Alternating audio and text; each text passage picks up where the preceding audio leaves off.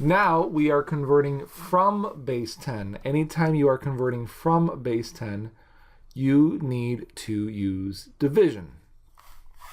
We start off with powers of the new base. The new base will be 4, so we have 4 to the 0, which is 1.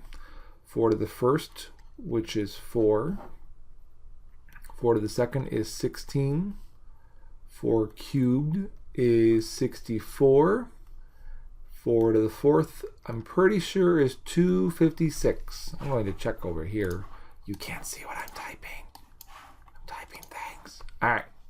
And we stop there. The reason we stop there is because the number we're trying to convert is 376. And if we tried to find 4 to the fifth, it'd be bigger than 376. So with that now, here comes the division. In fact, we're doing long division. We're just writing it horizontally. So we'll take the number we're trying to convert, 376. We're going to divide it by the highest base power, that we have, 256. Now in your calculator, if you were to type in 376 divided by 256, you're going to get a decimal. The whole part of that number is the number 1. That's what we need to focus on. So 1. That's a weird looking one. And now we need to get the remainder. Well, to get the remainder, and if this were long division, you don't have to write this, by the way. If this were long division, 376 would go under the box, 256 would go outside the box. You'd put the 1 up top for the quotient. And remember, you would multiply. You would say 1 times 256 is 256. And then what would you do? Hopefully you said subtract. Well, we're going to do that same exact process, but we're going to have the calculator do it. And the process would be 376 minus 256 times 1. You can type it in exactly like that into your calculator. The calculator will know that the multiplication comes before the subtraction. And you get 120.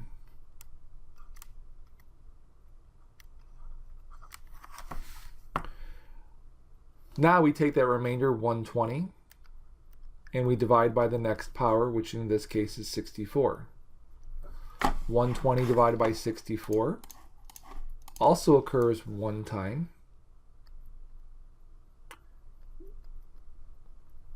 And we'll do the same process, 120 minus 64 times 1. And if you put that in the calculator, you'll get 56. Wash, rinse, repeat. 56, the previous remainder, divided by 16, the next power. This will happen 3 times. So again, in your calculator, you're going to get a decimal that says 3 point something. You just want the whole part, 3. Remainder. And then to figure out the remainder, we would do 56 minus 16 times 3. And again, your calculator will do the multiplication before it does the subtraction. You get 8. Ugh, my 8's bad. And then take the remainder, 8 divided by 4. This one's nice. This is 2. Remainder, 0. But we are not done. 2 conditions must be true before you are done. They are, you have a remainder of 0, which we already are at, but the other condition is you've used all the powers, which we haven't done yet. So wash, rinse, repeat. 0 divided by 1. 0 divided by 1 is 0, remainder 0. Great. So now as far as finding the answer, that's this portion here. Ooh, going down, that is.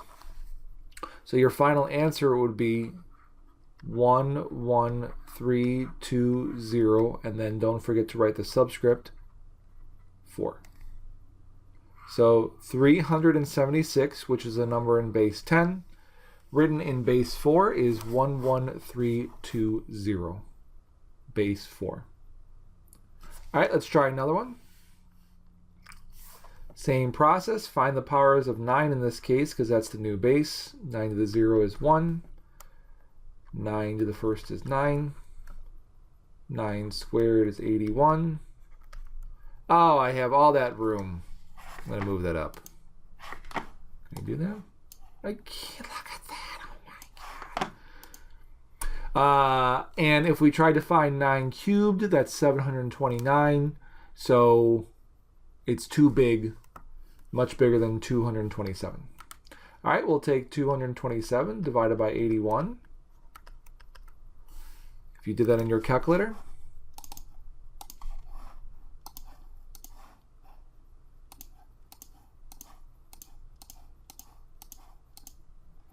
you should get twice with a remainder of 65. I'm going to write it so you know where the remainder came from. 227 minus 81 times 2. Good. Take that remainder, 65, divided by 9. This should be 7.